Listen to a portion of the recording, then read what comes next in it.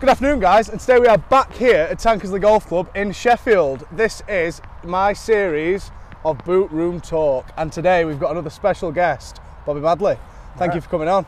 Thanks for having us. So we're going to have another 3-hole match. We're going to include you in a little bit about Bobby's life, Bobby's career, and we've got a little bit of cheeky football talk as well, guys. So stay tuned and let's see what we can come up with. So this is the 15th hole here at Tankersley Golf Club, 210 yards, par 4. Can you get the green? Try and hit the fairway. Hit the fairway, I'll be delighted. Here we go. Take 9. Oh, he's absolutely flushed one. Look at that beauty. Oh, I just You're going to have a little chip across the green here. Just misread it a little. Misread the fairway there, didn't I? I'll tell you what, that doesn't put me under any pressure. I've only lost to your brother last week. I know, and that's really embarrassing. Now you're doing this to me. That's properly embarrassing to lose to him. I'll tell you what though, he was telling me he was off 14. He's playing every week. Hey? 14? 14. You're kidding, he plays off 4. Yeah, absolutely. Oh dear. It's a fresh one today. I've got to crack the shorts off. Yeah, I and appreciate this. It should have been lovely in July. put some waterproofs out.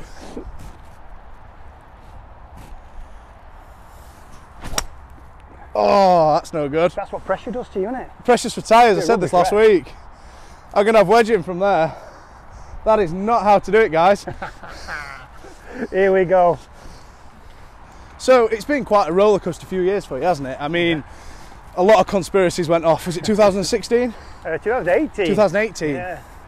And obviously a couple of ways refereeing in Norway. How was Norway for you? A little bit different in weather? Cold and £13 a pint. So, 13 yeah, a Yorkshireman, pint. that was tough, but yeah, it were a strange few years. It were well publicised, everything that happened, and you know, I've always owned that. I did what a lot of people do, I guess. I sent a dark joke video to someone I trusted. I didn't post it anywhere, but you know, that ends up on the boss's desk. Yeah, but unfortunately, like something like that, we can all do it. You can all send something in a group chat that you think's a little bit funny. You can, but I think, you know, I've got to be big enough to hold my hands up and say, you know, it's not an excuse to say everybody does it. Yeah. It happened, and I had to live with that, and that was tough. Obviously, it cost me my career at the time. Yeah.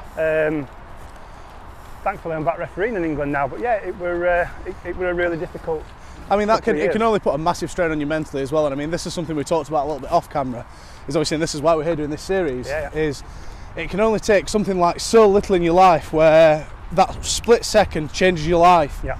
And then your mental state is completely gone. Absolutely. And you feel like there's no one there to support you.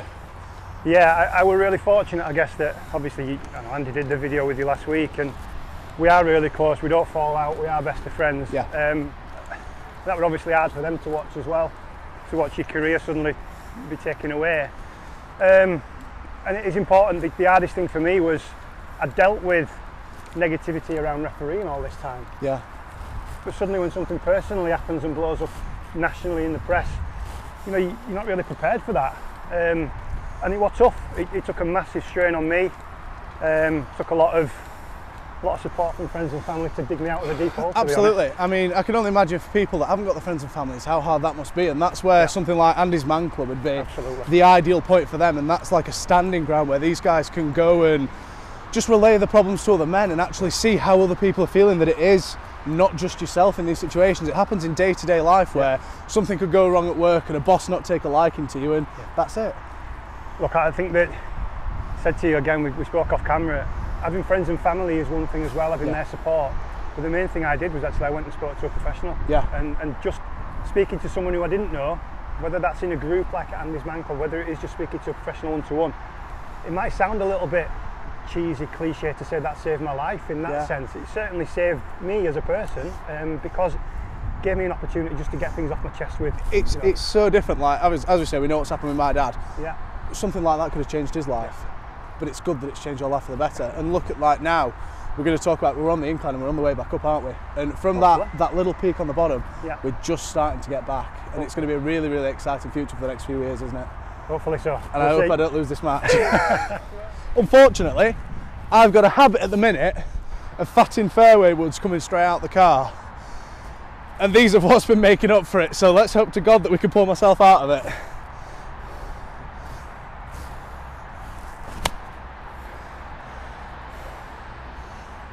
Oh, I tried to bumble one down there, it's not quite got there. Oh, it could be advantage Bobby already. I tell you what, this is like making that first 5-minute decision, isn't it? You've just booted off, you've got a penalty decision to make. You're not safe there, by the way. I know. I can feel one coming to slip here, actually. I've got me cack-handed Matt grip Fitzpatrick chippings. This is, guys, another little bit that I'm going to be talking about in the next few weeks. The Fitzpatrick wedge stance, where you put actually chipping cack-handed. Oh, Bobby, that's a lot better than you think it is. Hey? Is it? I'll take that. But because the impact position is so shallow coming through the wedge stance, you're actually giving yourself a lot more of the loft producing to the ball. You're not digging it into the floor like you've just seen me do there. You're coming through it and actually lifting the ball up into the air, and that is something that we're going to talk about next week's video, guys, so stay tuned for that one. It's alright, Bobby thinks he's got this in the bag. I'm going to have to try and stop him here. That's outrageous. I'll see that. I'm not giving you that yet. I haven't seen you put. Is that given? No, I haven't seen you put yet. I can miss them. Go on, take it away then. I'm in a friendly mood. So, you've got this for the win. 3 putt from here, mate. 100%. I've left my pitching wedge out just in case.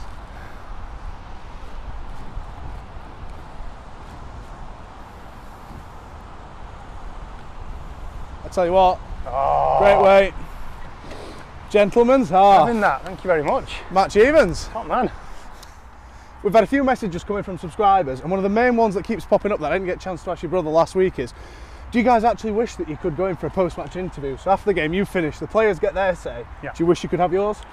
Sometimes, because I think the frustration is that, certainly before VAR came in, when big mistakes remained as big mistakes, there were times that you think, yeah, I wouldn't mind just coming out and giving my thought process. You know, we make mistakes, but they're honest mistakes, and just to explain to people, look, this is what I saw, or this is what I didn't see.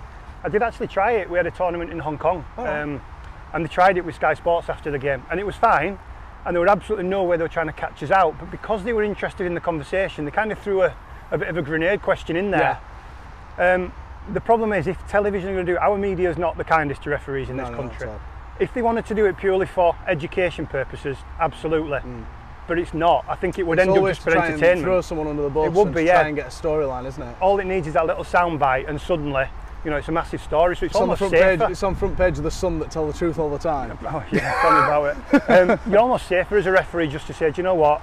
Let people who are professionals with that deal with that. We're not media trained, a little bit, but no, we're all from very varied backgrounds. It just keeps a consistency. It's not hiding, it's not cloak and dagger.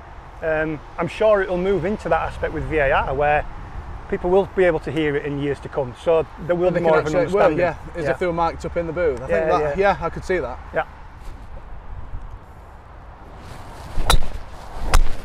Lovely ball.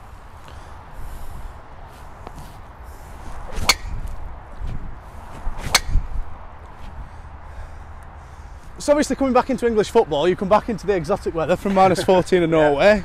I mean, you started obviously League 1, League 2. Yep. I take it that's going to be a big difference coming back down from the Premier League. Yeah, I mean, I'd had the Norwegian football in between that as well. So I'd obviously gone from Premier League to refereeing in 3rd and 4th division in Norway initially. Going from crowds of 50, 60,000 to 20. No, not 20,000, just 20. Yeah, just on 20. Artificial pitches. And wow. And do you know what? The strange thing was that I almost found my love for football again. Yeah. Because it does become a bit of a job. You know, you're turning up to these big grounds and you don't lose sight of where you are, but it is a job. And suddenly when you're refereeing abroad in front of 20, 50 people, you've got to find that love for it again. You've got to find that motivation. So coming back to England, I don't think anybody would have been as happy to go and referee in League 2 as I was. Yeah, I never thought I'd have that opportunity again. It's a door opening that you never thought would open. Absolutely right. So, you know, that grounding back in Norway probably changed my mindset a little bit. So when I did come back to refereeing League 1 and 2, I loved every minute of it.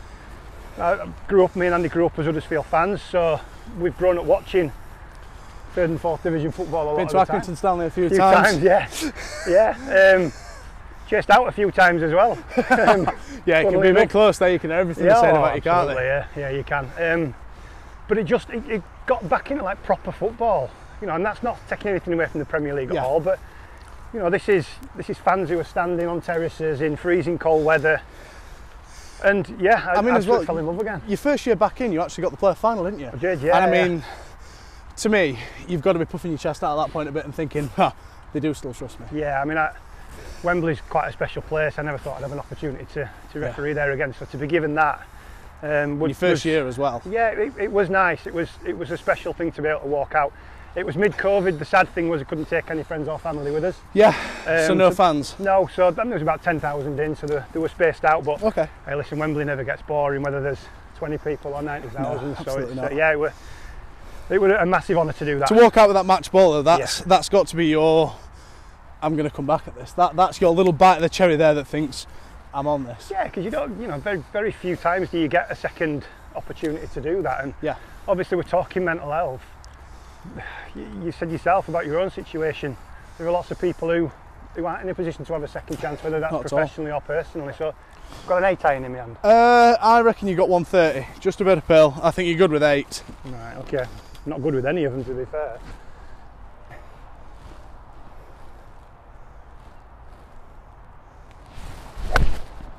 He's absolutely buttoned it. Creamed it. Just sit down on that flag. Go in. Get in. Oh mate, that could be really good. I think you've probably got what? 10 Needed foot? that one. So I've got 130 on the nose. You've 8 iron. Brilliant 8 iron. Yeah, you absolutely flushed that. Thank you. Well, yeah. I think I'm going to hit a little 8, just try and float something in there. Just do what I did, Sam. It's all right. Happy to talk you through it if you want. Listen, professional referee and you'll be a professional golfer if you carry on. Which are you? You can take my position. I'm not sure which one you are at the moment. Neither. Pundit. Pie eating pundit. Oh, that's nice, isn't it? I'll tell you what, mate, that's the second best shot I've seen on this hole today. Bunker. Oh dear. Didn't want to see that. This could be advantage Mr. Madley. It's advantage Mr. Madley before we teed off when I told you what my handicap was.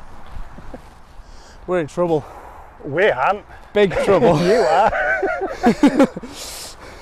Bobby's got about 7 or 8 feet and I'm in the bunker.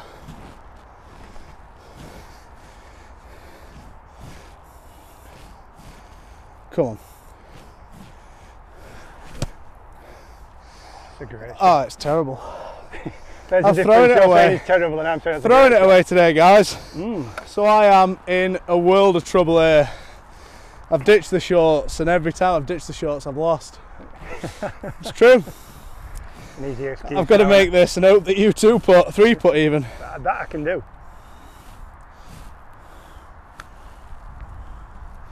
I misread it. See, I give myself that, but where you're playing today, I'm not sure, you know. Feel it, mate. I'd not give it me either. No? I'd not give it me either. Oh, So good that's lad. a 5 in. So you're there in 2, mate. You've got nearly 3 for the hole. Oh, we'll still half this, don't worry.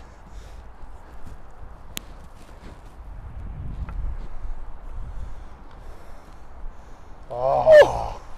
Yeah, you're good. There, isn't there? Oh, you give me that? Yeah, definitely. I won't give me it. Oh, happy days. 1 up. You're on, boy. So we were chatting last week about best atmospheres. Where do you know where you're going to go and you're either going to get a load of stick or you're going to have an absolute beast of an atmosphere? I mean, I know where I'm going to get a load of stick. 92 grounds where I get a load of stick. Best atmospheres, Premier League wise, I think Crystal Palace is right up there. Yeah, They've I mean got- we they've did got their Palace for ultras at Co's last game actually against Man U. Yeah, That was a lovely their atmosphere. ultras behind the net are they're pretty loud.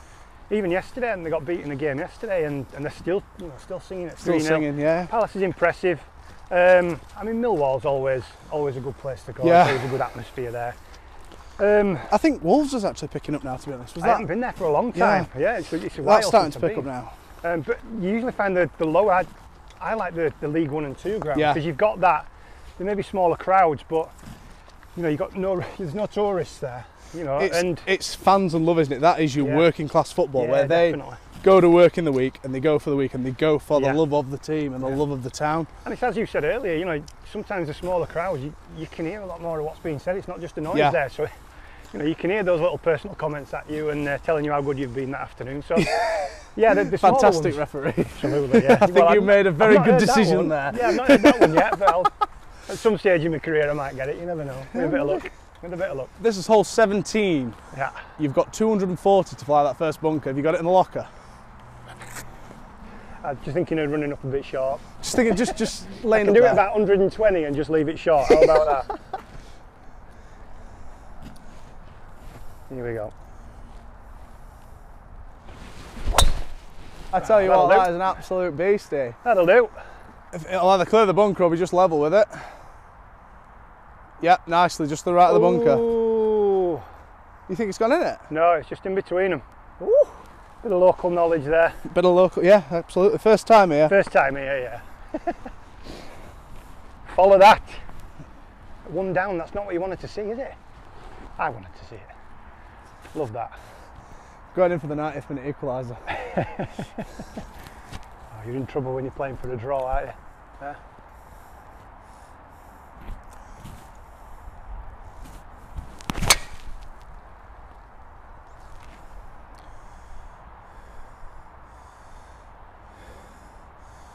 Oh, just at the backside of the tree.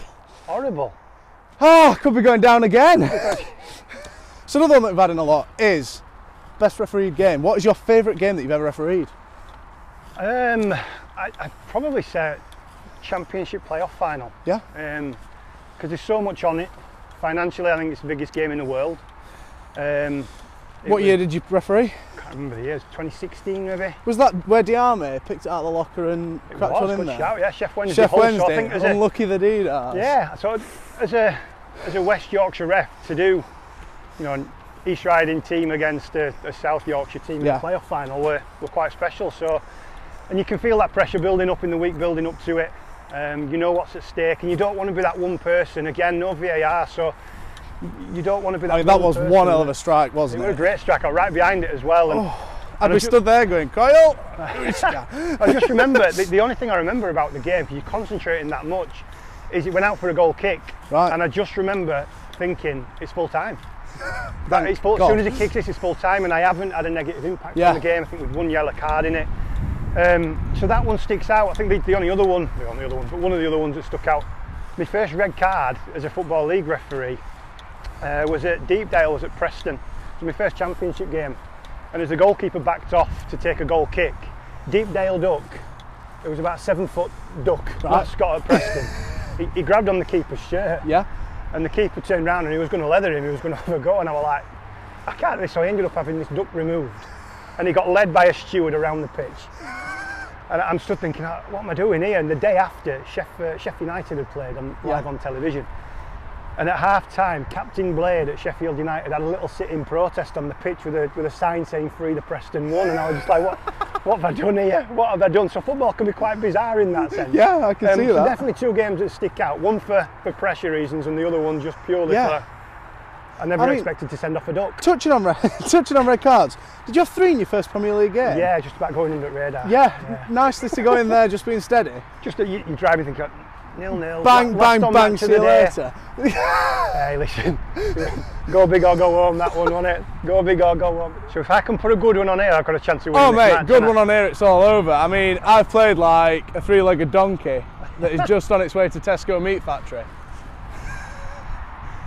The cack-handed hold again. If I can just clear those bunkers, I'll be delighted. He's got a little flat cack-handed out again. I've seen me play before. I really think it's going to be struggle. I can't see him duffing it or anything like that. Yeah. Get over.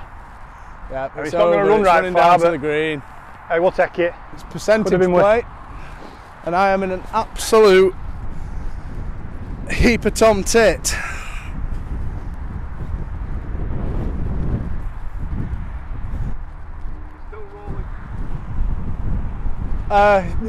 Yeah, Mr. Cameraman, we've got Rob Potter on today, so thank you, Rob, for coming down. I'm sure you'll have enjoyed this absolute exquisite education of golf.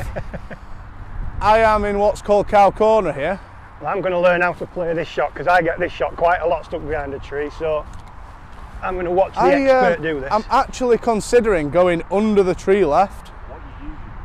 I've got lobbage in my hand, but it's definitely the wrong club. Yeah, good chat. Good chat. I'm going to get as far back in my stance as I can and hope it bumbles over that bunker. Oh, what a shot this is. That could be. Shot this is, by the way. I mean, it was the 50. I tell you what, I needed that. I didn't realise there was as much room over these. I didn't realise you got that much. I thought I'd get a nice little run down. Now I'm stood in a swimming pool. Oh, I'm in trouble here. See, that cockiness has gone now. I might feel an even coming here. 90th minute equaliser. Oh, we're two as we lie, are we? Oh, this has got to be close. Oh, it's slappy. It's horrible. But that's the shot used up. Oh, I've now got to try and hole it and hope you two put. I've got 2 putts. Oh. You've got the pressure on, Bobby. Back on now, innit? I'm going to do this again. I don't know what I'm looking for. It looks professional, doesn't it? Oh, it looks absolutely unreal. Is this why you go out in a pair of nice little bungee smuggler shorts just before you tee off? Before you reffing? Here lads, look at my 1 wood. Can you be quiet please? I'm trying to concentrate on winning a match here. Trying to put me off.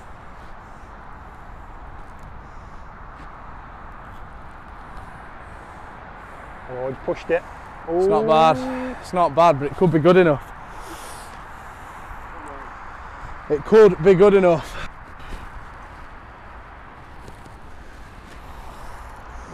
Could this be one of the best up and downs? Old school classic. That we've ever seen? This is to half the match then, yeah?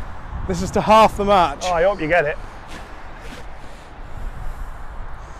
Can feel Diarme just getting ready to swing his right boot in the top bin.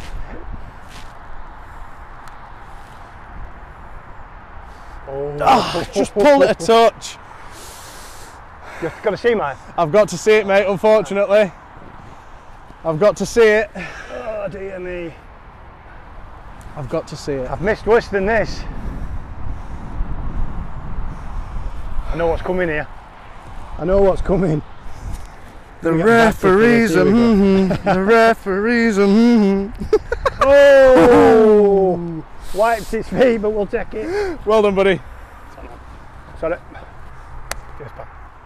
So guys, unfortunately, I've gone down again to the Madleys. They've killed me. 1 down. I've still tried to pull a Sevy out the trees and got absolutely nowhere. So the shorts are coming back out next week and I'm taking them down. Whoever it may be, you'll find out next Tuesday on my Instagram when I'm asking questions for the celebrity. But big one, I thank you for coming on, mate, because it's obviously, this series is really close to our hearts. We've chatted a lot about, obviously, today, about your career, about where you've been, and obviously it's close to my heart as well. So thank you for coming on. Pleasure, mate. It's been a pleasure, thank you. I'm just worried about you saying I'm going to take the shorts down. That's what it sounded like. Oh, like. mate, shorts coming off, down, everything. Yeah, I've got to get subscribers somehow. I was guess so. Potter's face behind the camera. However, you've got a little something for us as well, haven't you? I have. Do you want to grab this out? Referee style, whip it out of my back pocket. Yeah, whip it out of your back pocket, bang. There we go. That's Potter's filming skills, that yellow card, Get done. That. So these are all going to be up for sale, for auction, for raffle at Andy's Man Club's Golf Day here at Tankersley in October next year. And we're also going to chuck a little one-up in on this, aren't we? Yeah. So there's actually going to be a 4-ball in with this, where you get to play with Andy Madley, Bobby Madley, yourself and one of your friends for that 4-ball. But before we go, I have to ask you, what is your biggest career achievement? Probably coming back and refereeing in England to give that opportunity. Things we talked about in terms of mental health and having to stay strong and using that support network, and I wouldn't have been able to do that without actually talking, without speaking to people about it. So hopefully the best part of the career is still to come. But I think probably that, and just recognising from a personal level that, you know, it's not too, you know, you're not too macho to talk about things when you are struggling mental health wise, and that's certainly given me an opportunity to try and get a career back. But I mean, I hope you all the best. I really, really can't wait to see what comes for the next part of your careers. And as we can see, guys, referees are just normal blokes. They're not just the on a weekend. We'll see you guys soon, guys. Take care. Thanks, buddy.